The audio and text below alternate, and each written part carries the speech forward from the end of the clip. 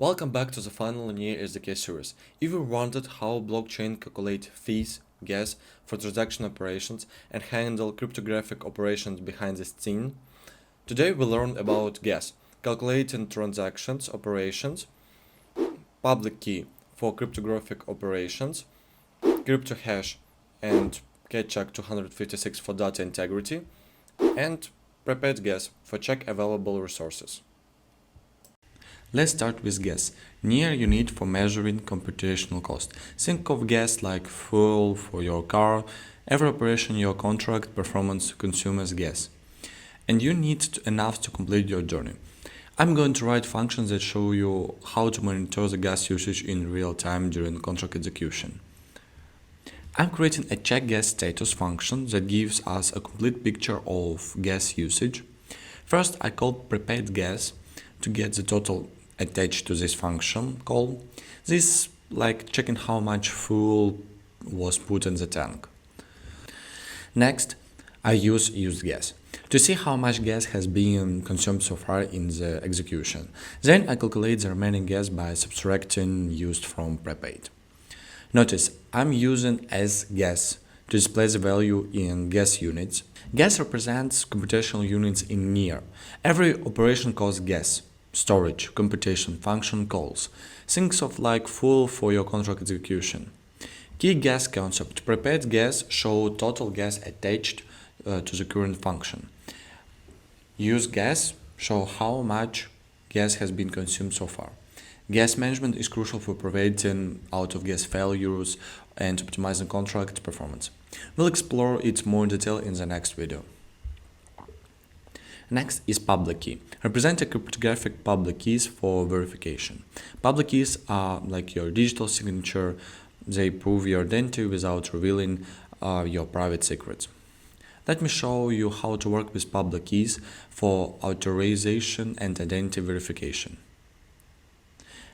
I'm creating several functions that demonstrate public key management.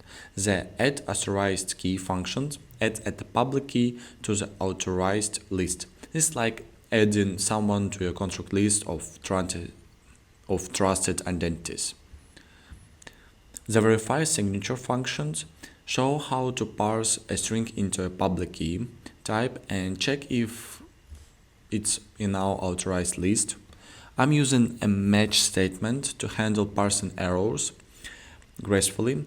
If the string isn't a valid public key, we return false. The public key represents NEAR public keys used for cryptographic operations. These are the keys that sign transaction and proof identity.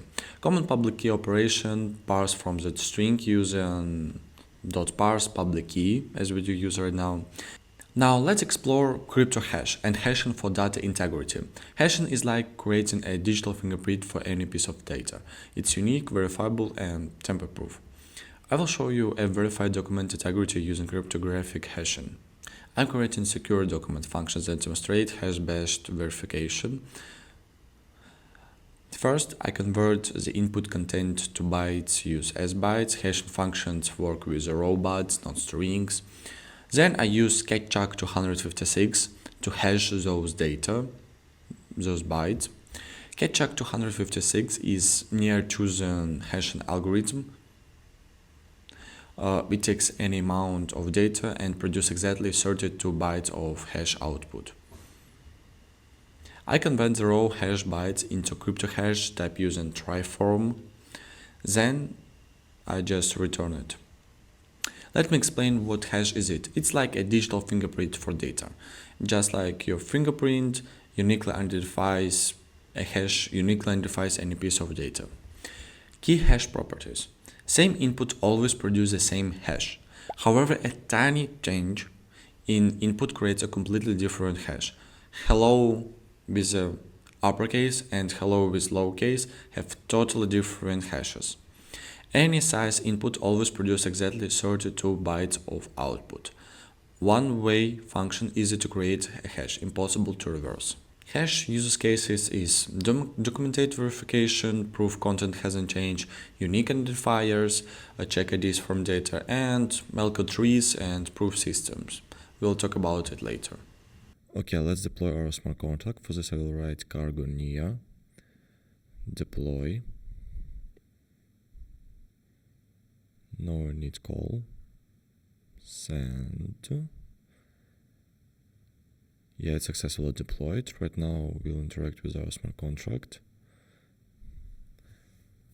First I will call our check gas status.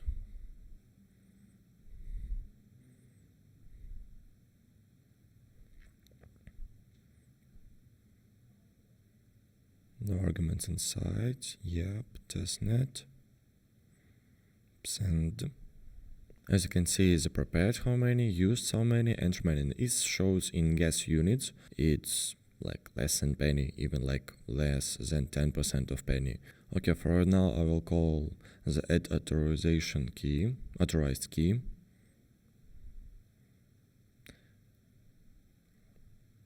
Just so on. Yeah, we have to need to write here a key. I will write typical public key of the NEAR with ed. I will just paste it here. Yep, testnet, and send finally. Yeah, we have successfully add authorized key. Right now I will verify our signature. So I will paste the same key there in the verify signature function. So let's choose verify signature. I will write key true.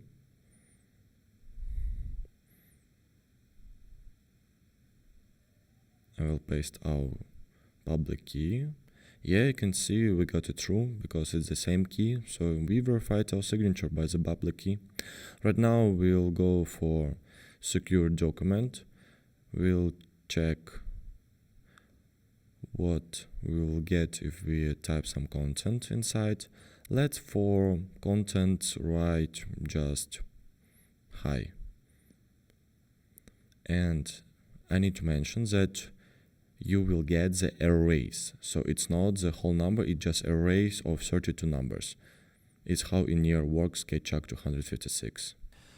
Congratulations, you just completed NEAR SDK series. Today we covered gas for computational operations, public key for cryptographic operations, CryptoHash and kchuck 256 for trustful verification, and prepared gas for check available resources.